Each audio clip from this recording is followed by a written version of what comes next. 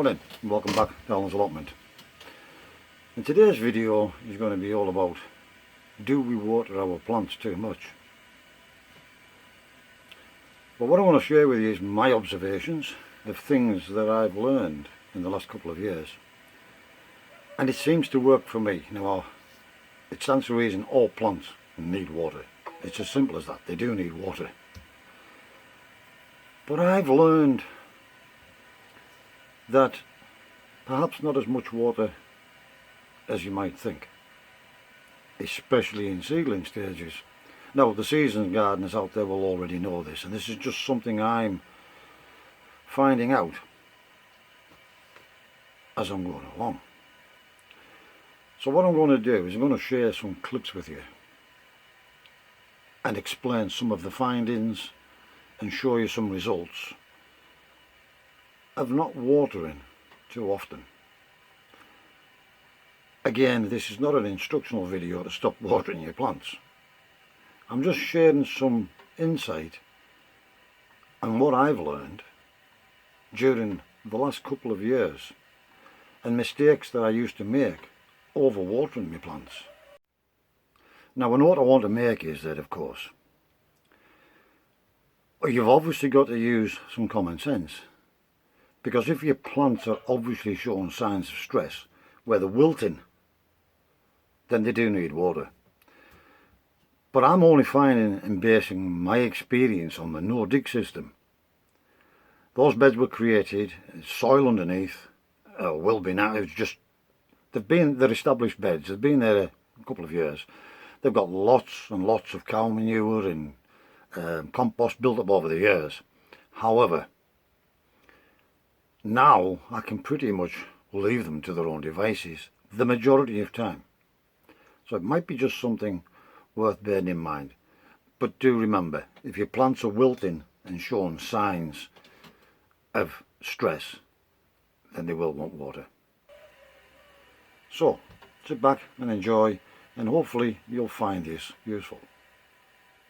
And I've now harvested our first harvest of onions, as you can see, and there's no weed, no digging. I just pulled them out, and look how dry this is.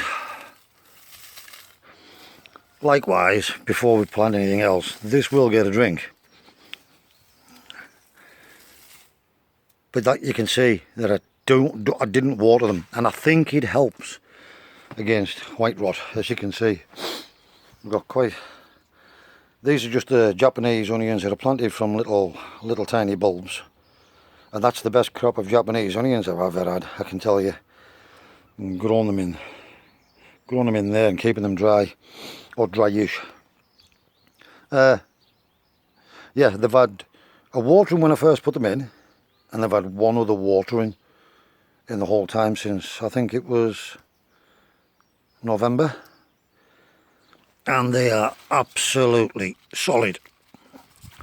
But they were just starting, as you can see, to fall over now, so I thought I'll get them for the bolt, and that's our first harvest of onion. Absolutely brilliant. Good day's work, not killing myself, but getting plenty done. You can see this bed's just starting to dry back now. Now in future videos you'll see the top of this bed completely bone dry, just like this. But I can assure you there is plenty of moisture down there, and it makes the plants go down. I don't water too often. I like to make the plants go down. Obviously when you've just transplanted something, you've got to keep the watering right until they get established, and then just stop. And I only water again once the fruit, I mean, I feed them, don't get me wrong. I'll give them an odd drink around the plant with some tomato feed, and the same with the peppers.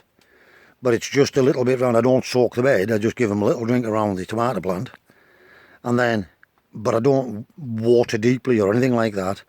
And then I only start watering about 3 weeks before the tomatoes, as the tomatoes start bulking up, is when I start the watering, so that they don't split. And then once they get the fair size, I stop watering altogether, and that just sweetens up the tomatoes. So it's out with the old and in with the new.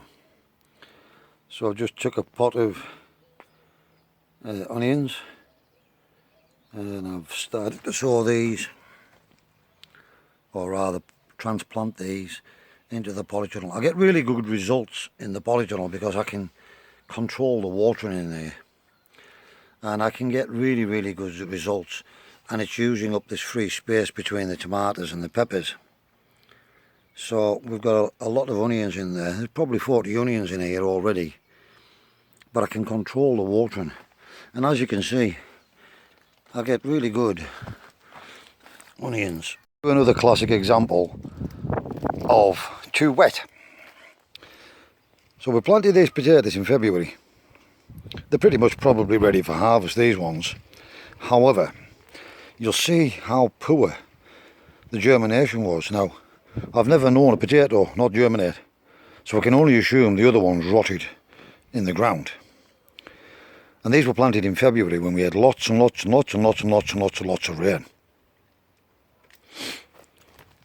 These are the pak choys that we only put in, I think it was a week ago, and the lettuces and the runner beans. Look how dry the soil is on the top, but look how well they're thriving.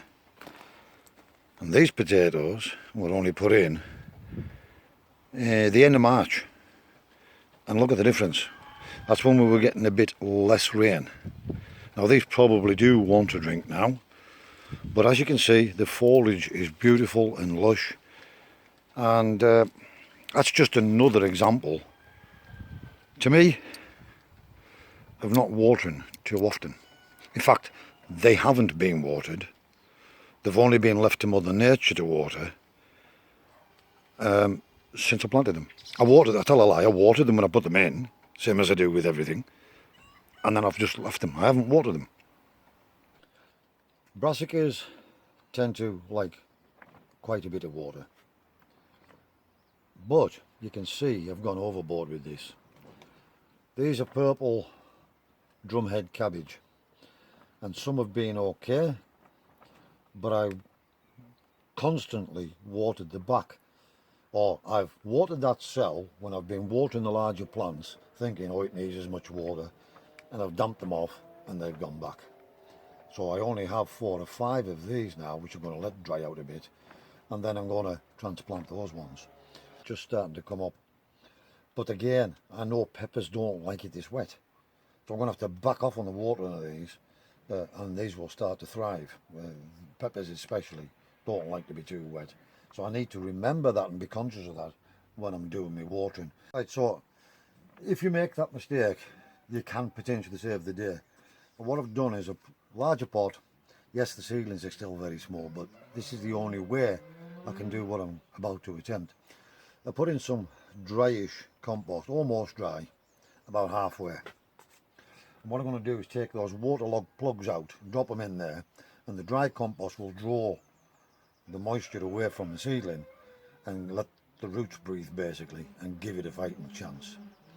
You may still lose them, but you may save them. We'll find out in 1 or 2 episodes from now whether that actually worked or not. Right, so these little suckers that we took off these parent plants, we're just about to start potting these up the next size, and as you can see, this is a sucker. So easy to propagate. Fantastic tip that Steve from Green Side Up left us. Free tomato plants. There we have it. We put them all into bigger pots. So I've got 2, 3, 4, 5, 6, 7, 8. This one, as you can see, I'd let dry back a bit too much. So I've just give these all a watering, but they haven't got a lot of root, so I haven't saturated them. I've just soaked them in because we transplanted them. And a lesson I've learned over the years, I always used to firm these in so hard, and what would happen was when you watered it, either the water wouldn't find its way all the way down unless you water from the bottom, or B, it would stay waterlogged and basically put peat to your plants. So I press it down very lightly now, only very lightly, and when you water it goes right through nice and easy and gives them just the right amount but drains out the bottom. is what I found. This is what I find. The point I want to make as well is you'll see the beds in my polytunnel are dry, or at least you think they are, but don't be tempted to water, because if I put my finger down there, you can see there is plenty of moisture, and that's deep.